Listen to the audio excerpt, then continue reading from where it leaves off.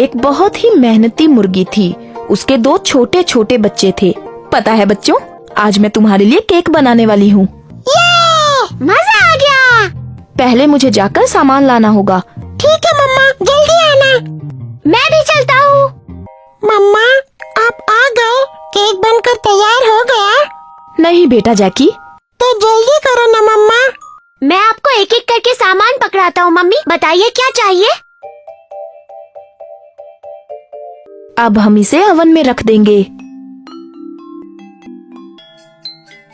और फिर ये तैयार। ये केक बनकर तैयार हो गया। अब खाते हैं।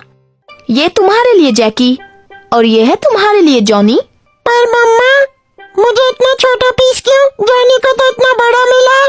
जो लोग काम करते हैं इनाम हमेशा उन्हें ही मिलता है।